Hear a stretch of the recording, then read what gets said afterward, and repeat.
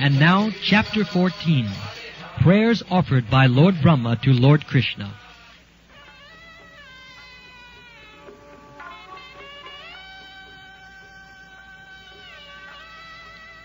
Brahma said, "My dear Lord, you are the only worshipful Supreme Lord, Personality of Godhead. Therefore I am offering my humble obeisances and prayers just to please you. Your bodily features are of the color of clouds filled with water. You are glittering with a silver electric aura emanating from your yellow garments. Let me offer my respectful repeated obeisances unto the son of Maharaj Nanda, who is standing before me with conch shell, earrings, and peacock feather on his head. His face is beautiful. He is wearing a helmet garlanded by forest flowers, and he stands with a morsel of food in his hand. He is decorated with a cane, a buffalo horn bugle, and a flute. He stands before me with small lotus feet." My dear Lord, people may say that I am the master of all Vedic knowledge, and I am supposed to be the creator of this universe. But it has been proved now that I cannot understand your personality, even though you are present before me, just like a child. You are playing with your boyfriends, calves and cows, which might imply that you do not even have sufficient education. You are appearing just like a village boy, carrying your food in your hand and searching for your calves. And yet, there is so much difference between your body and mine that I cannot estimate the potency of your body. As I have already stated in the Brahma Samhita, your body is not material. In the Brahma Samhita it is stated that the body of the Lord is all spiritual. There is no difference between the Lord's body and His self. Each limb of His body can perform the actions of all the others. The Lord can see with His hands. He can hear with His eyes. He can accept offerings with His legs. And He can create with His mouth. Brahma continued, "Your appearance as a cowherd child is for the benefit of the devotees. And although I have committed offenses at your lotus feet by stealing away your cows, boys, and calves, I can understand that you have mercy upon me. That is your transcendental quality. You are very affectionate toward your devotees. In spite of your affection for me, I cannot estimate the potency of your bodily activities. It is to be understood that when I, Lord Brahma, the Supreme Personality of this universe, cannot estimate the childlike body of the Supreme Personality of Godhead, then what to speak of others? And if I cannot estimate the spiritual potency of your childlike body, then what can I understand about your transcendental pastimes? Therefore, as it is said in the Bhagavad Gita, anyone who can understand a little of the transcendental pastimes, appearance, and disappearance of the Lord becomes immediately eligible to enter into the kingdom of God after quitting the material body. This statement is also confirmed in the Vedas, and it is stated, simply by understanding the Supreme Personality of Godhead, one can overcome the chain of repeated birth and death. I therefore recommend that people should not try to understand you by their speculative knowledge. The best process of understanding you is to submissively give up the speculative process and try to hear about you either from yourself, as you have given statements in the Bhagavad Gita, and many similar Vedic literatures, or from a realized devotee who has taken shelter at your lotus feet. One has to hear from a devotee without speculation. One does not even need to change his worldly position. He simply has to hear your message. Although you are not understandable by the material senses, simply by hearing about you, one can gradually conquer the nescience of misunderstanding. By your own grace only, you become revealed to a devotee. You are unconquerable by any other means. Speculative knowledge, without any trace of devotional service, is simply a useless waste of time in the search for you. Devotional service is so important that even a little attempt can raise one to the highest perfectional platform. One should not therefore neglect this auspicious process of devotional service and take to the speculative method. By the speculative method, one may gain partial knowledge of your cosmic manifestation, but it is not possible to understand you, the origin of everything.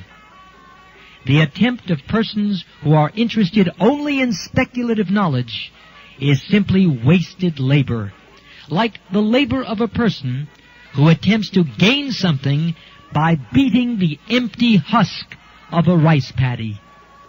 A little quantity of paddy can be husked by the grinding wheel, and one can gain some grains of rice. But if the skin of the paddy is already beaten by the grinding wheel, there is no further gain in beating the husk. It is simply useless labor. My dear Lord, there are many instances in the history of human society where a person, after failing to achieve the transcendental platform, engaged himself in devotional service with his body, mind, and words, and thus attained the highest perfectional state of entering into your abode. The processes of understanding you by speculation or mystic meditation are all useless without devotional service. One should therefore engage himself in your devotional service, even in his worldly activities, and one should always keep himself near you by the process of hearing and chanting your transcendental glories. Simply by being attached to hearing and chanting your glories, one can attain the highest perfectional stage and enter into your kingdom. If a person, therefore, always keeps in touch with you by hearing and chanting your glories, and offers the results of his work for your satisfaction only, he very easily and happily attains entrance into your supreme abode. You are realizable by persons who have cleansed their hearts of all contamination. This cleansing of the heart is made possible by chanting and hearing the glories of your Lordship.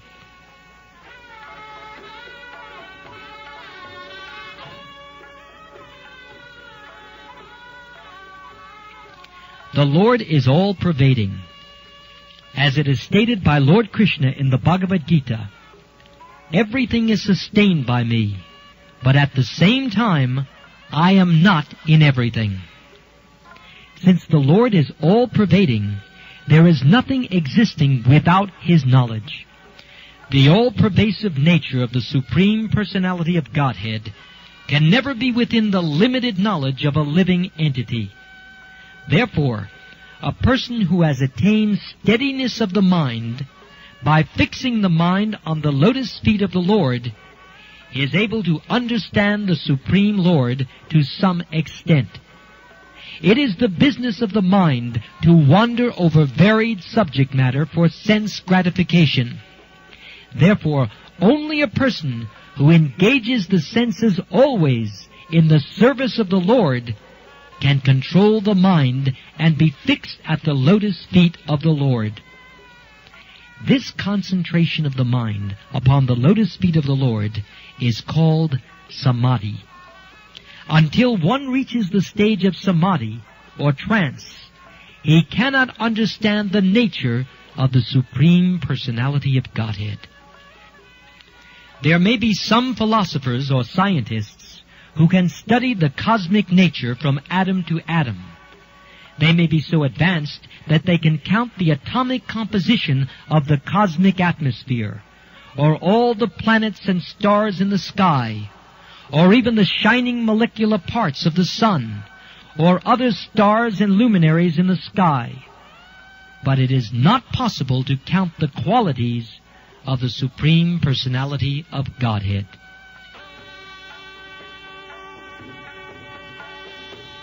As described in the beginning of Vedanta Sutra, the Supreme Person is the origin of all qualities. He is generally called Nirguna. Nirguna means without estimation in qualities. Guna means quality, and Nir means without estimation. But impersonalists interpret this word Nirguna as having no quality, because they are unable to estimate the qualities of the Lord in transcendental realization.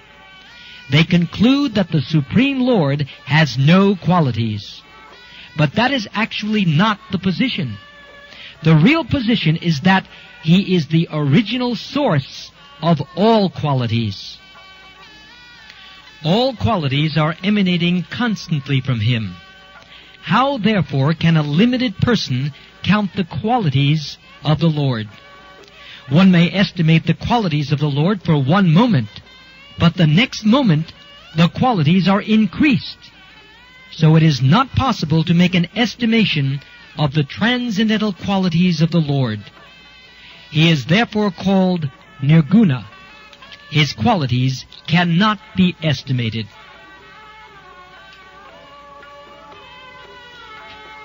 One should not uselessly labor in mental speculation to estimate the Lord's qualities. There is no need of adopting the speculative method or exercising the body to attain mystic yoga perfection. One should simply understand that the distress and happiness of this body are predestined.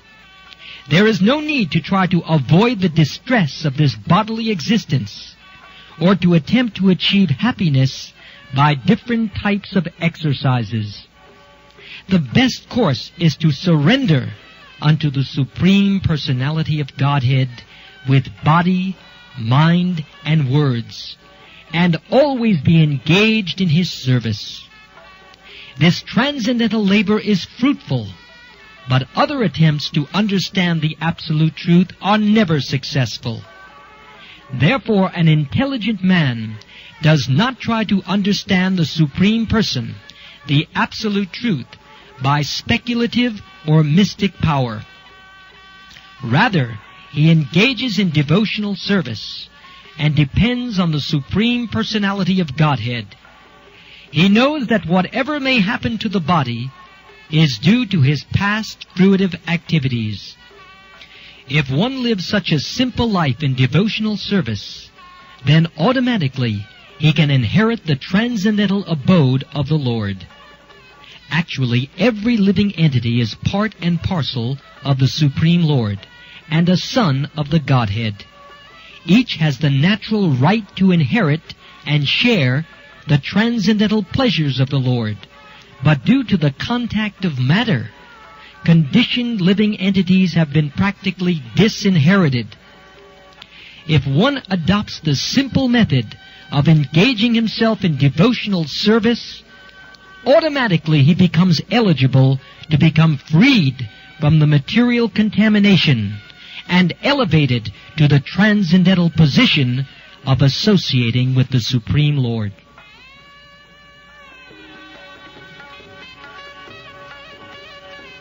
Lord Brahma presented himself to Lord Krishna as the most presumptuous living creature because he wanted to examine the wonder of his personal power.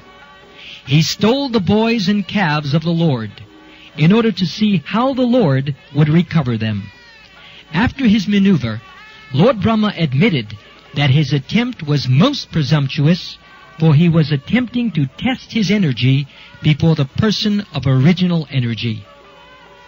Coming to his senses, Lord Brahma saw that although he was a very powerful living creature, in the estimation of all other living creatures within this material world, in comparison to the power and energy of the Supreme Personality of Godhead, his power was nothing.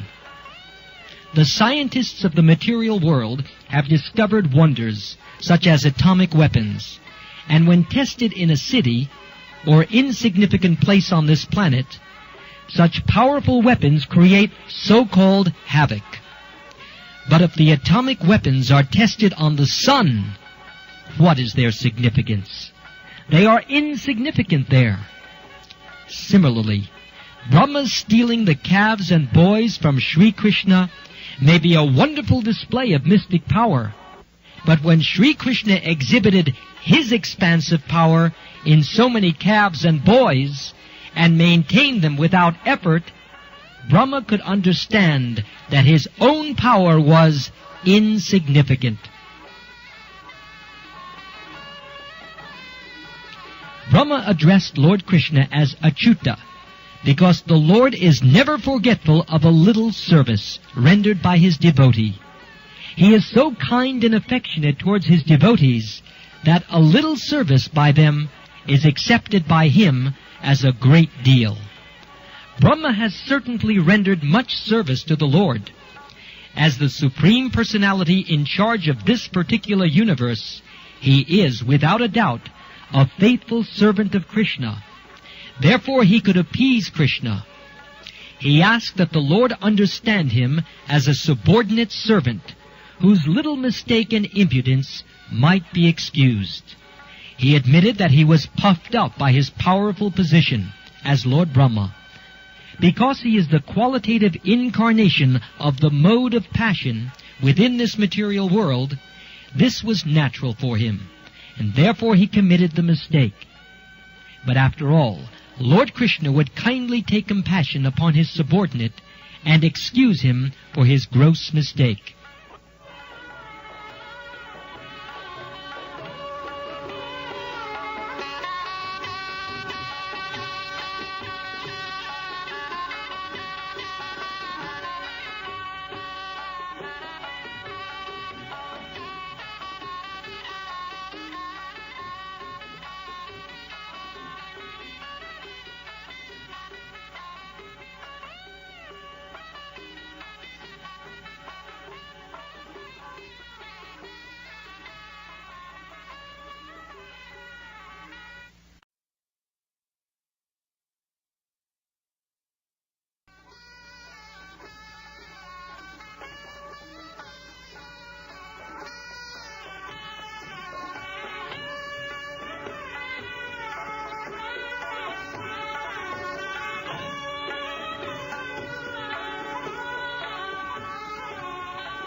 Lord Brahma realized his actual position.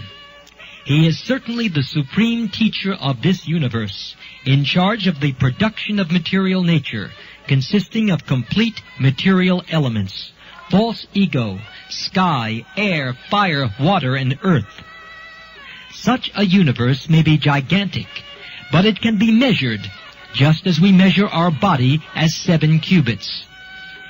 Generally, everyone's personal bodily measurement is calculated to be 7 cubits of his hand.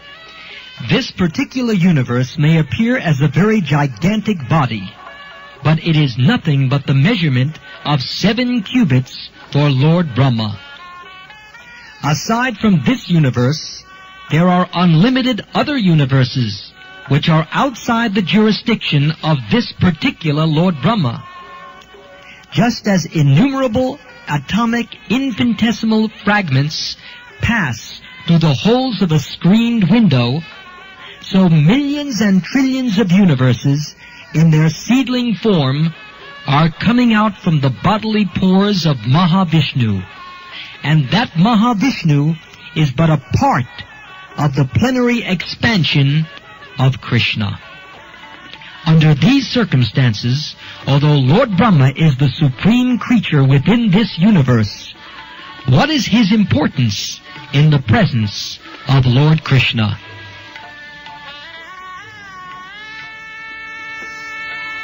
Lord Brahma therefore compared himself to a little child within the womb of his mother. If the child within the womb plays with his hands and legs, and while playing touches the body of the mother, is the mother offended with the child? Of course she isn't. Similarly, Lord Brahma may be a very great personality, and yet not only Brahma, but everything that be is existing within the womb of the Supreme Personality of Godhead. The Lord's energy is all-pervading.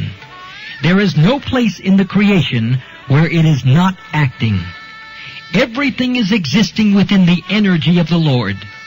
So the Brahma of this universe and the Brahmas of the many other millions and trillions of universes are existing within the energy of the Lord. Therefore, the Lord is considered to be the mother, and everything existing within the womb of the mother is considered to be the child. And the good mother is never offended with the child, even if he touches the body of the mother by kicking his legs.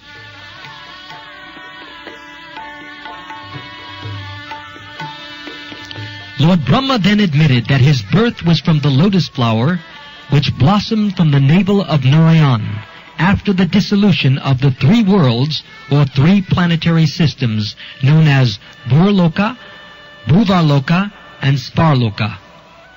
The universe is divided into three divisions, namely Svarga, Martya, and Patala. These three planetary systems are merged into water at the time of dissolution.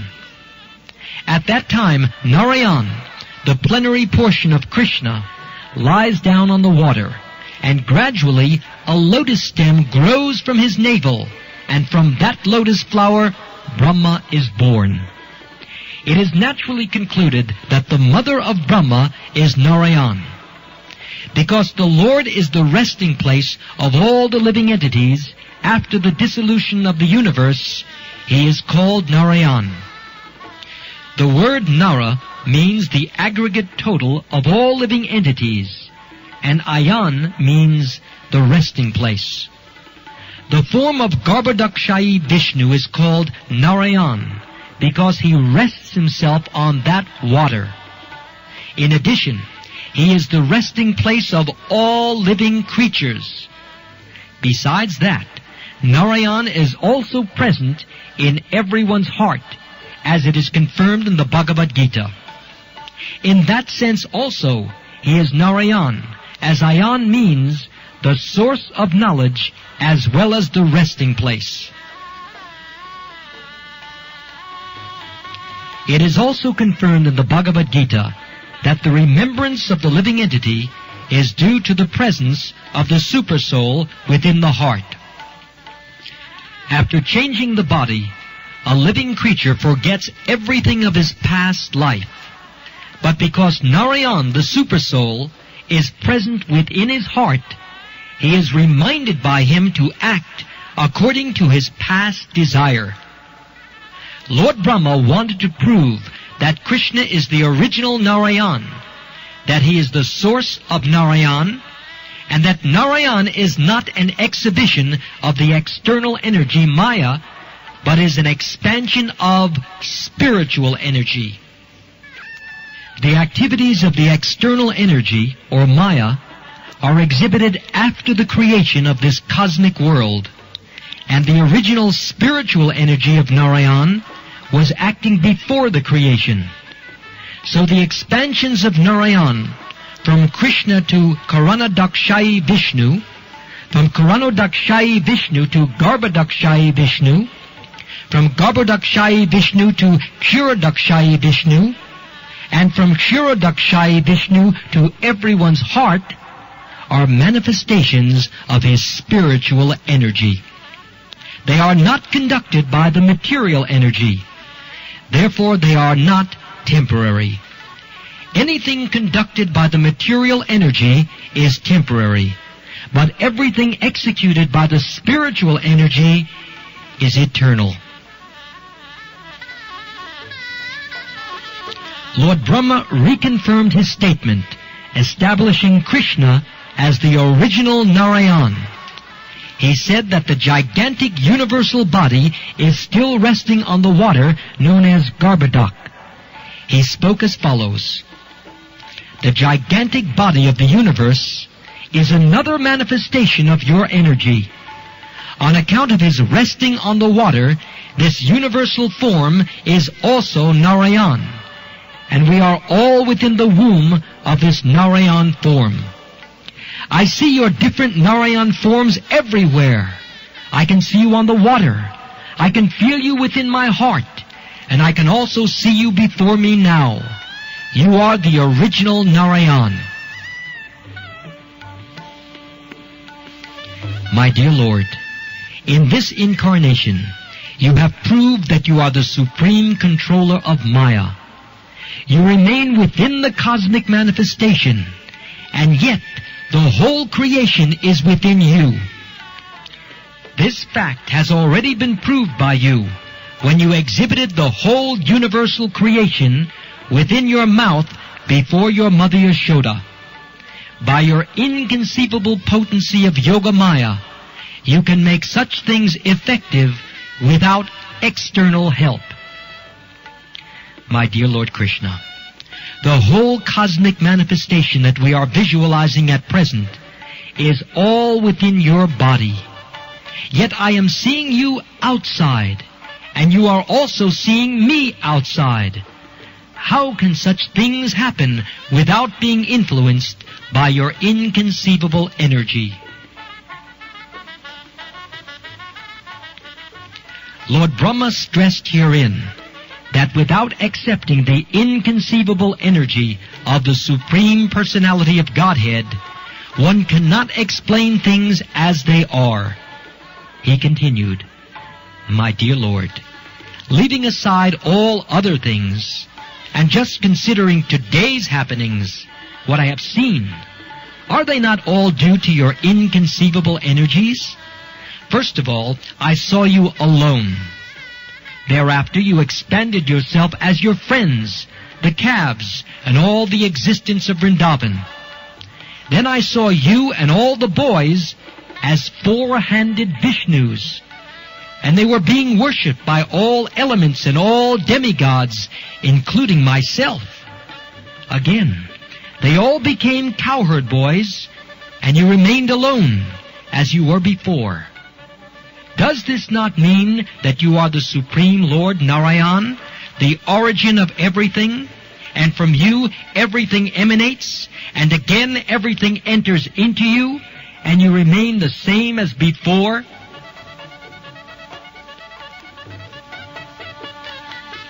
Persons who are unaware of your inconceivable energy cannot understand that you alone expand yourself as the creator Brahma, maintainer Vishnu, and annihilator Shiva. Persons who are not in awareness of things as they are contemplate that I, Brahma, am the creator. Vishnu is the maintainer, and Lord Shiva is the annihilator. Actually, you alone are everything: creator, maintainer, and annihilator. Similarly, you expand yourself in different incarnations. Among the demigods, you incarnate as Vamanadev. Among the great sages, you incarnate as Parasuram. Among the human beings, you appear as yourself, as Lord Krishna or Lord Ram. Among the animals, you appear as the boar incarnation. And among the aquatics, you appear as the incarnation of fish. And yet, you have no appearance. You are always eternal. Your appearance and disappearance are made possible by your inconceivable energy, just to give protection to the faithful devotees and to annihilate the demons.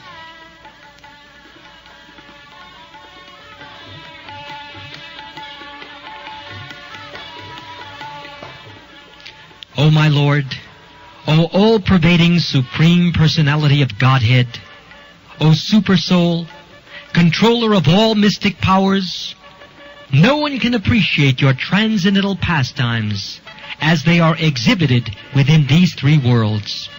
No one can estimate how you have expanded your Yogamaya and your incarnation, and how you act by your transcendental energy. My dear Lord, this whole cosmic manifestation is just like a flashing dream, and its temporary existence simply disturbs the mind. As a result, we are full of anxiety in this existence. To live within this material world means simply to suffer and to be full of all miseries. And yet, this temporary existence of the material world appears to be pleasing and dear on account of its having evolved from your body, which is eternal and full of bliss and knowledge. My conclusion is, therefore, that you are the Supreme Soul, Absolute Truth, and the Supreme Original Person. And although you have expanded yourself in so many Vishnu forms, or in living entities and energies, by your inconceivable transcendental potencies, you are the Supreme One, without a second. You are the Supreme Super Soul. The innumerable living entities are simply like sparks of the original fire. Your Lordship, the conception of the Super Soul as impersonal is wrongly accepted because I see that you are the original person. A person with a poor fund of knowledge may think that because you are the son of Maharaj Nanda, you are not the original person, that you are born just like a human being. They are mistaken. You are the actual original person. That is my conclusion. In spite of your being the son of Nanda, you are the original person, and there is no doubt about it. You are the absolute truth, and you are not of this material darkness. You are the source of the original Brahma Jyoti, as well as the material luminaries. Your transcendental effulgence is identical with Brahma Jyoti. As it is described in the Brahma Samhita, the Brahma Jyoti is nothing but your personal bodily effulgence. There are many Vishnu incarnations and incarnations of your different qualities, but all those incarnations are not on the same level. You are the original lamp. Other incarnations may possess the same candle power as the original lamp, but the original lamp is the beginning of all light. And because you are not one of the creations of this material world, even after the annihilation of this world, your existence as you are will continue. Because you are the original person, you are therefore described in the Gopal Tapani, Vedic Upanishad, as well as in the Brahma Samhita, as Govindam Adi Purusham. Govinda is the original person, the cause of all causes. In the Bhagavad Gita also it is stated that you are the source of the Brahman effulgence. No one should conclude that your body is like an ordinary material body. Your body is akshara, indestructible. The material body is always full of the threefold miseries, but your body is Satchid Ananda Vigraha, full of bliss, knowledge, and eternality. You are also Niranjana, because your pastimes as the little son of Mother Yashoda, or the Lord of the Gopis, are never contaminated by the material qualities. And although you exhibited yourself in so many cowherd boys, calves, and cows, your transcendental potency is not reduced. You are always complete. As it is described in the Vedic literature, even if the complete is taken away from the complete, supreme absolute truth, it yet remains the complete, supreme absolute truth. And although many expansions from the complete are visible, the complete is one without a second.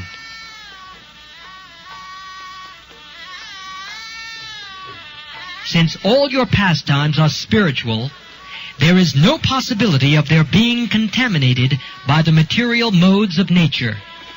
When you place yourself as subordinate to your father and mother, Nanda and Yashoda, you are not reduced in your potency. This is an expansion of your loving attitude for your devotees. There is no second identity to compete with you. A person with a poor fund of knowledge concludes that your pastimes and appearance are simply material designations. You are transcendental to both nations and knowledge, as it is confirmed in the Gopal Tapani. You are the original Amrita, nectar of immortality, indestructible. As confirmed in the Vedas, Amritam Shashvatam Brahma. Brahman is the eternal, the supreme origin of everything, who has no birth or death.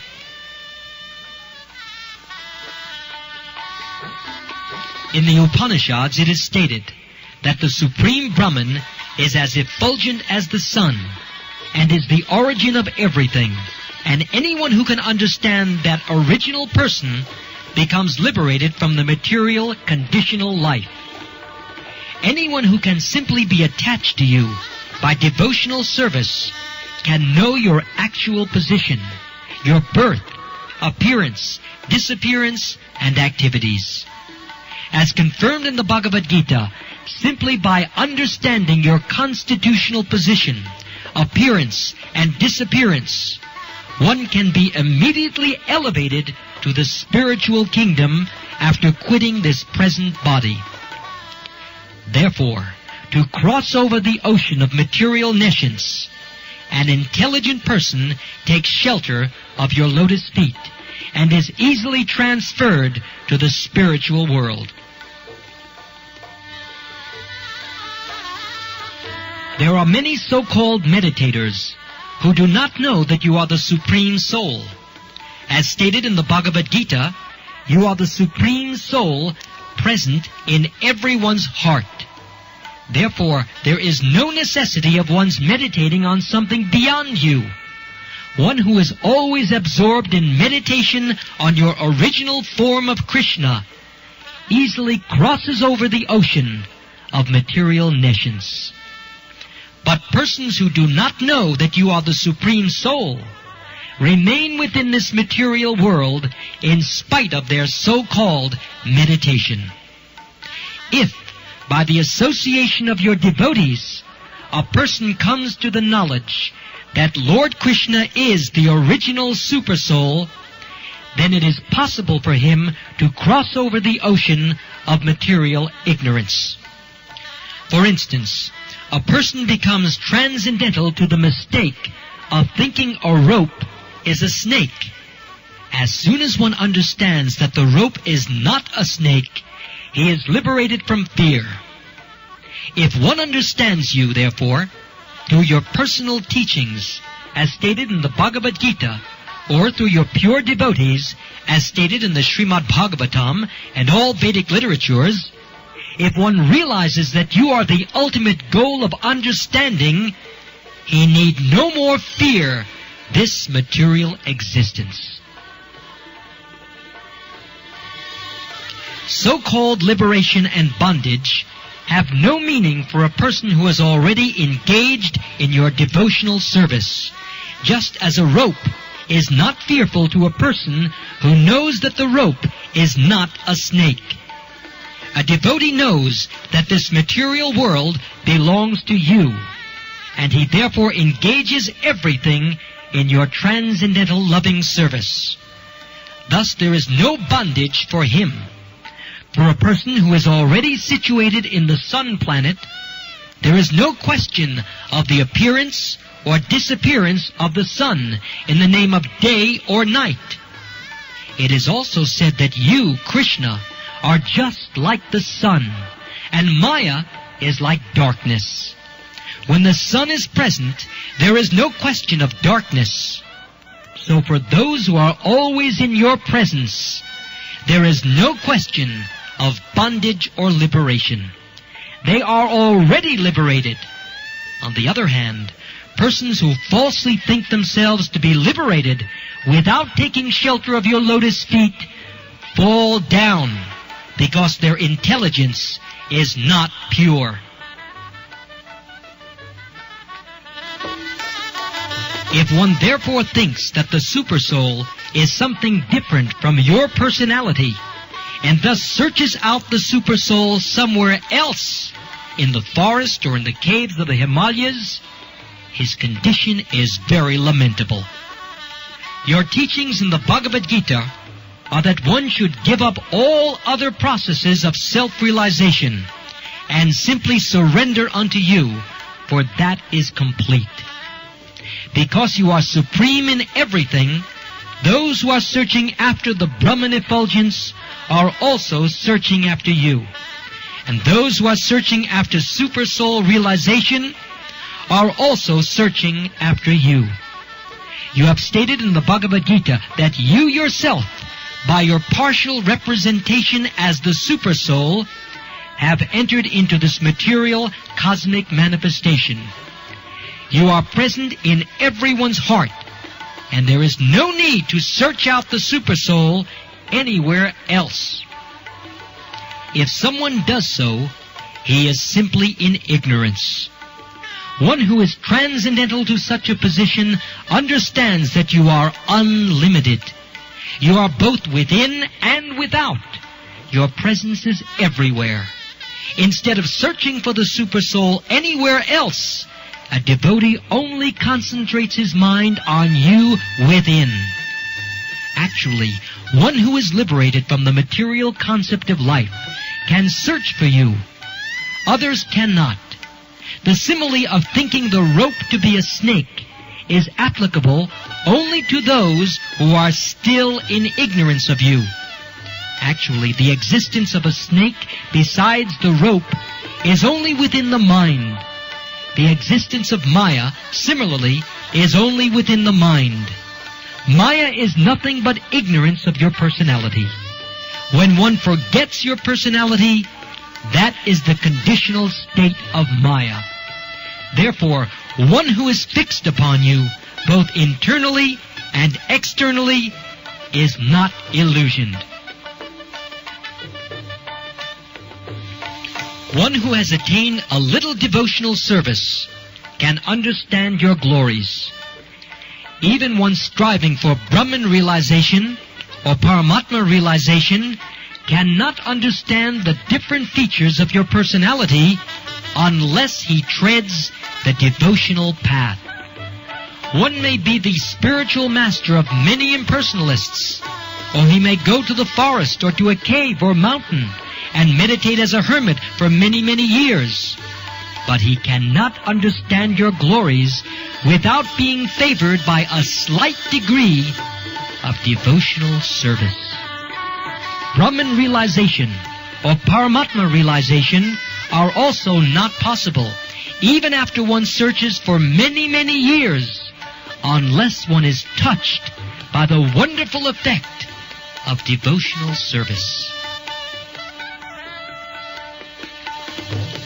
My dear Lord, I pray that I may be so fortunate that in this life or in another life, wherever I may take my birth, I may be counted as one of your devotees.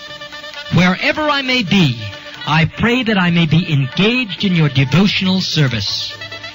I do not even care what form of life I get in the future, because I can see that even in the form of cows and calves or cowherd boys, the devotees are so fortunate to be always engaged in your transcendental loving service and association.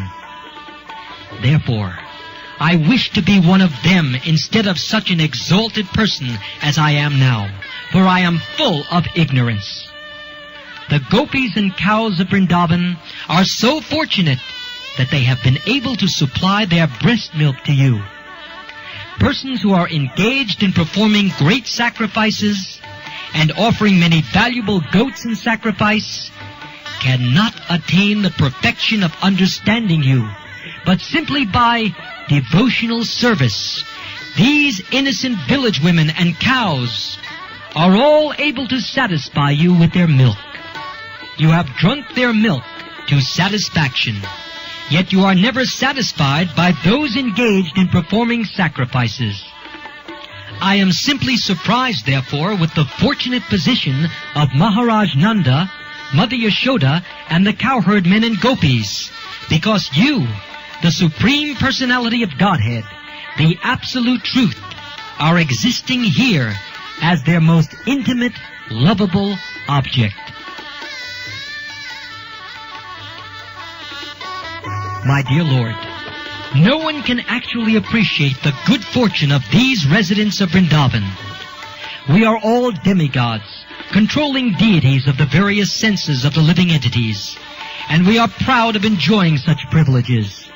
But actually, there is no comparison between our position and the position of these fortunate residents of Vrindavan, because they are actually relishing your presence and enjoying your association by dint of their activities. We may be proud of being controllers of the senses, but here, the residents of Vrindavan are so transcendental that they are not under our control. Actually, they are enjoying the senses through service to you. I shall therefore consider myself fortunate to be given a chance to take birth in this land of Vrindavan in any of my future lives.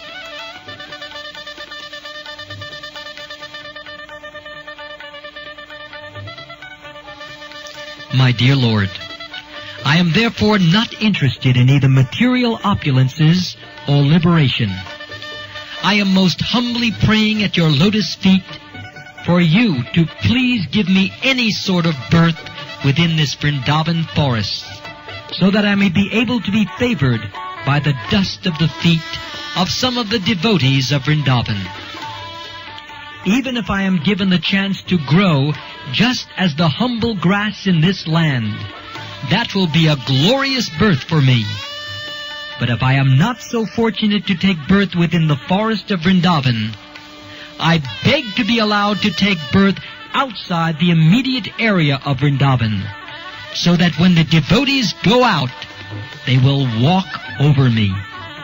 Even that would be a great fortune for me.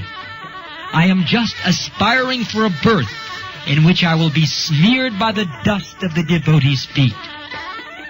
I can see that everyone here is simply full of Krishna consciousness. They do not know anything but the lotus feet of Krishna, for which the Vedas themselves are searching.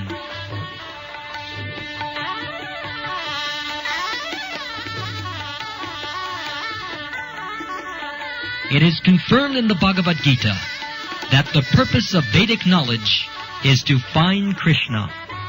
And it is said in the Brahma Samhita that it is very difficult to find Krishna, the Supreme Personality of Godhead, by systematic reading of the Vedic literature. But he is very easily available through the mercy of a pure devotee. The pure devotees of Vrindavan are fortunate because they can see Mukunda, Lord Krishna, all the time. This word Mukunda can be understood in two ways. Muk means liberation. Lord Krishna can give liberation, and therefore transcendental bliss. The word also refers to his smiling face, which is just like the kunda flower. Mukha also means face. The kunda flower is very beautiful, and it appears to be smiling.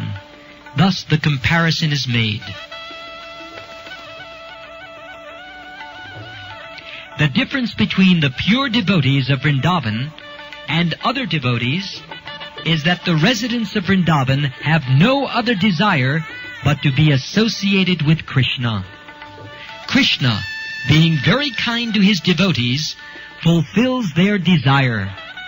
Because they always want Krishna's association, the Lord is always prepared to give it to them. the devotees of Vrindavan are also spontaneous lovers. They do not follow the regulative principles.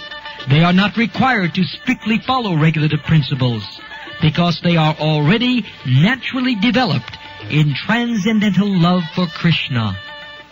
Regulative principles are required for persons who have not achieved the position of transcendental love. Brahma is also a devotee of the Lord, but he is subject to follow the regulative principles.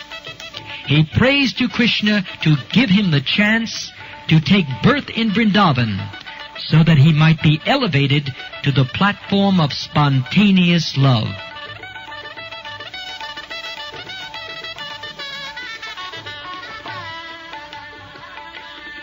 Lord Brahma continued, "My Lord, sometimes I am puzzled as to how your Lordship will be able to repay in gratitude the devotional service of these residents of Vrindavan. Although I know that you are the supreme source of all benediction, I am puzzled to know how you will be able to repay all the service that you are receiving from these residents of Vrindavan. I think of how you are so kind, so magnanimous, that even Putana, who came to cheat you by dressing herself as a very affectionate mother, was awarded liberation and the actual post of a mother. And other demons belonging to the same family, such as Agasura and Bakasura, were also favored with liberation. Under the circumstances, I am puzzled. These residents of Vrindavan have given you everything: their bodies, their minds, their love, their homes. Everything is being utilized for your purpose. So how will you be able to repay their debt? You have already given yourself to Putana. I surmise that you shall ever remain a debtor to the residents of Vrindavan, being unable to repay their loving service.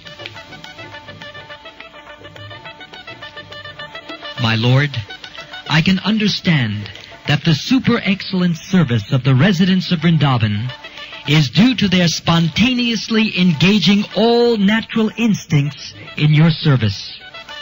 It is said that attachment for material objects and home is due to illusion, which makes a living entity conditioned in the material world. But this is only the case for persons who are not in Krishna consciousness.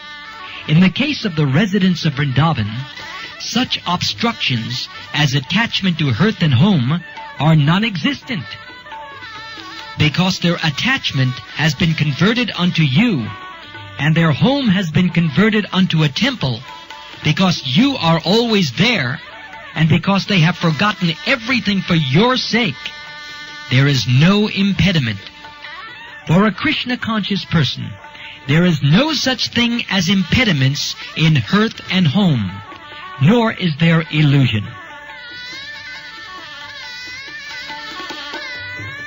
I can also understand that your appearance as a small cowherd boy, a child of the cowherd men, is not at all a material activity. You are so much obliged by their affection that you are here to inspire them with more loving service by your transcendental presence. In Vrindavan, there is no distinction between material and spiritual, because everything is dedicated to your loving service. My dear Lord, your Vrindavan pastimes are simply to inspire your devotees. If someone takes your Vrindavan pastimes to be material, he will be misled. My dear Lord Krishna, those who deride you, claiming that you have a material body like an ordinary man, are described in the Bhagavad Gita as demoniac and less intelligent. You are always transcendental. The non-devotees are cheated because they consider you to be a material creation. Actually, you have assumed this body, which resembles that of an ordinary cowherd boy, simply to increase the devotion and transcendental bliss of your devotees.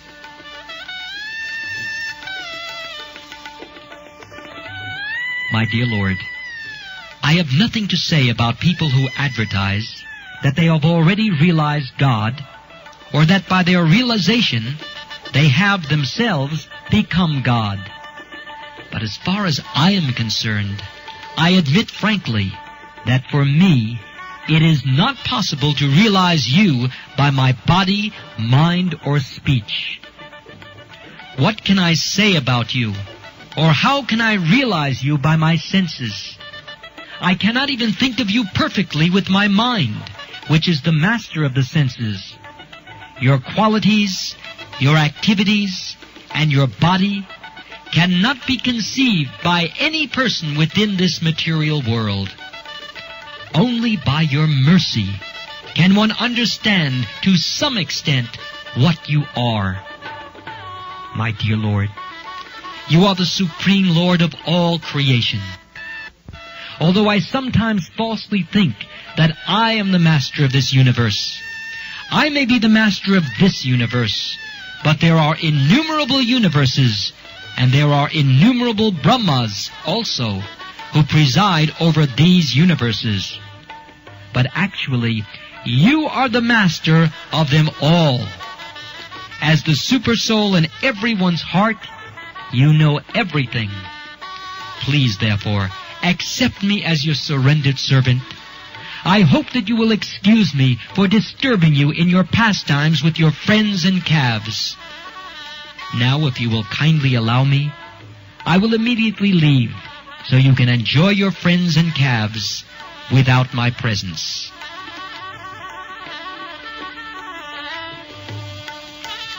My dear Lord Krishna, your very name suggests that you are all attractive. The attraction of the sun and the moon are all due to you. By the attraction of the sun, you are beautifying the very existence of the Yadu dynasty. With the attraction of the moon, you are enhancing the potency of the land, the demigods, the Brahmins, the cows, and the oceans. Because of your supreme attraction, demons like Kamsa and others are annihilated. Therefore, it is my deliberate conclusion that you are the only worshipable deity within the creation. Accept my humble obeisances until the annihilation of this material world. As long as there is sunshine within this material world, kindly accept my humble obeisances. In this way, Brahma, the master of this universe, after offering humble and respectful obeisances unto the Supreme Personality of Godhead, and circumambulating him 3 times, was ready to return to his abode, known as Brahmaloka. By his gesture, the Supreme Personality of Godhead gave him permission to return. As soon as Brahma left, Lord Sri Krishna immediately appeared as he had on the very day the cows and cowherd boys had vanished. Krishna had left his friends on the bank of the Yamuna while they were engaged in lunch, and although he returned exactly 1 year later, the cowherd boys thought that he had returned within a second. That is the way of Krishna's different energies and activities. It is stated in the Bhagavad Gita that Krishna himself is residing in everyone's heart, and he causes both remembrance and forgetfulness. All living entities are controlled by the supreme energy of the Lord, and sometimes they remember and sometimes they forget their constitutional position.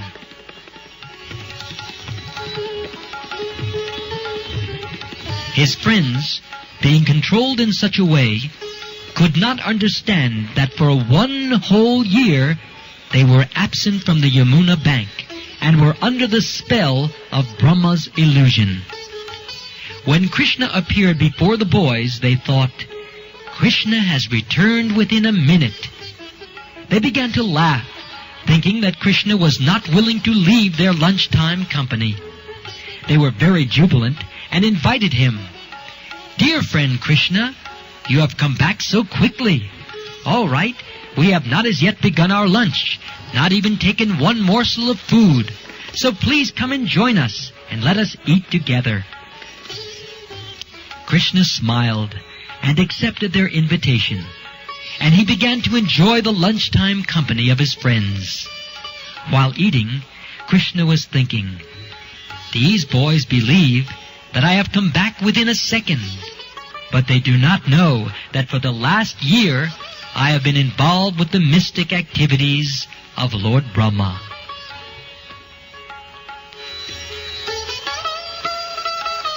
After finishing their lunch, Krishna and his friends and calves began to return to their Vrajabhumi homes. While passing, they enjoyed seeing the dead carcass of Aghasura in the shape of a gigantic serpent. When Krishna returned home to Vrajabhumi, he was seen by all the inhabitants of Vrindavan. He was wearing a peacock feather in his helmet, which was also decorated with forest flowers. Krishna was also garlanded with flowers and painted with different colored minerals collected from the caves of Govardhan Hill. Govardhan Hill is always famous for supplying natural red dyes, and Krishna and his friends painted their bodies with them. Each of them had a bugle made of buffalo horn, and a stick and a flute, and each called his respective calves by their particular names. They were so proud of Krishna's wonderful activities that, while entering the village, they all sang his glories. All the gopis in Vrindavan saw beautiful Krishna entering the village. The boys composed nice songs, describing how they were saved from being swallowed by the great serpent, and how the serpent was killed. Some described Krishna as the son of Yashoda, and others as the son of Nanda Maharaj. "He is so wonderful that he saved us from the clutches of the great serpent and killed him," they said. But little did they know that 1 year had passed since the killing of Aghasura. In this regard, Maharaj Parikshit asked Shukdeva Goswami how the inhabitants of Vrindavan suddenly developed so much love for Krishna, although Krishna was not a member of any of their families. Maharaj Parikshit inquired, "During the absence of the original cowherd boys, when Krishna expanded himself, why is it that the boys' parents became more loving towards him than toward their own sons?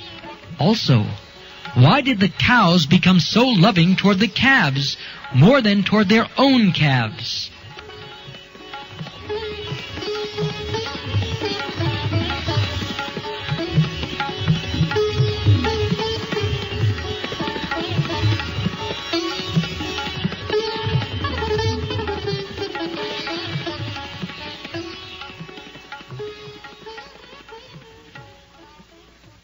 He told Maharaj Parikshit that every living entity is actually most attached to his own self. Outward paraphernalia such as home, family, friends, country, society, wealth, opulence, and reputation are all only secondary in pleasing the living entity. They please only because they bring pleasure to the self. For this reason, one is self-centered and is attached to his body and self more than he is to his relatives like wife, children, and friends. If there is some immediate danger to one's own person, he first of all takes care of himself, then others. That is natural. That means, more than anything else, he loves his own self. The next important object of affection after his own self is his material body. A person who has no information of the spirit soul is very much attached to his material body, so much so that even in old age he wants to preserve the body in so many artificial ways, thinking that his old and broken body can be saved.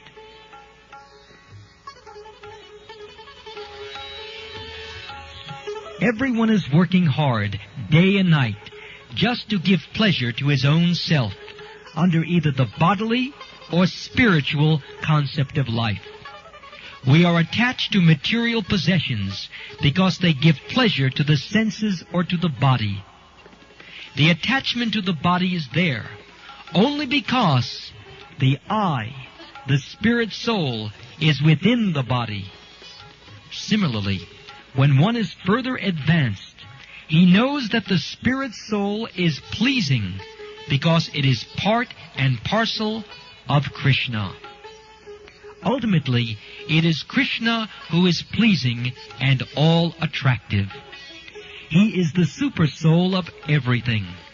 And in order to give us this information, Krishna descends and tells us that the all-attractive center is He Himself.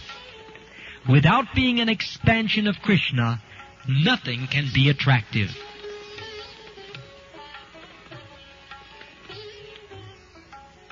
Whatever is attractive within the cosmic manifestation is due to Krishna.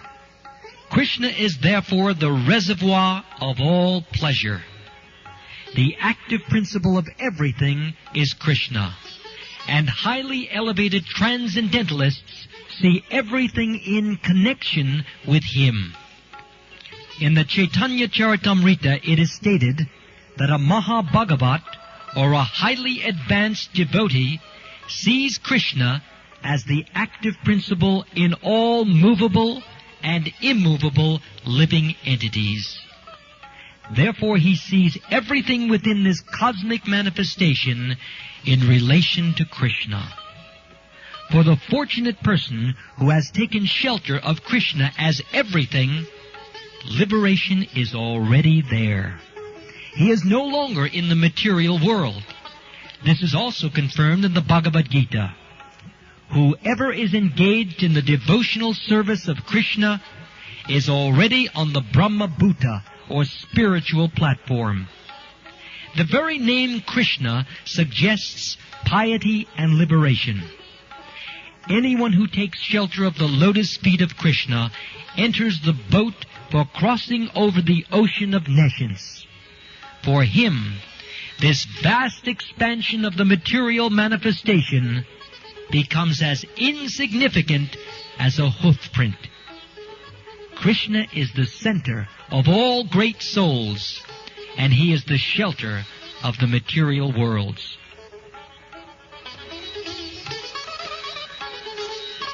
For one who is on the platform of Krishna consciousness, Vaikuntha, or the spiritual world, is not far away. He does not live within the material world, where there is danger at every step. In this way, Krishna consciousness was fully explained by Shukdeva Goswami to Maharaj Pariksit. Shukdeva Goswami even recited to the king the statements and prayers of Lord Brahma. These descriptions of Lord Krishna's pastimes with His cowherd boys, His eating with them on the bank of the Yamuna, and Lord Brahma's prayers unto Him are all transcendental subject matters. These descriptions of Lord Krishna's pastimes with His cowherd boys, His eating with them on the bank of the Yamuna, and Lord Brahma's prayers unto Him are all transcendental subject matters. Anyone who hears, recites, or chants them surely gets all his spiritual desires fulfilled. Thus Krishna's childhood appearance, His sporting with Balaram in Vrindavan, was described. Thus ends the Bhaktivedanta purport of the 14th chapter of Krishna, prayers offered by Lord Brahma to Lord Krishna.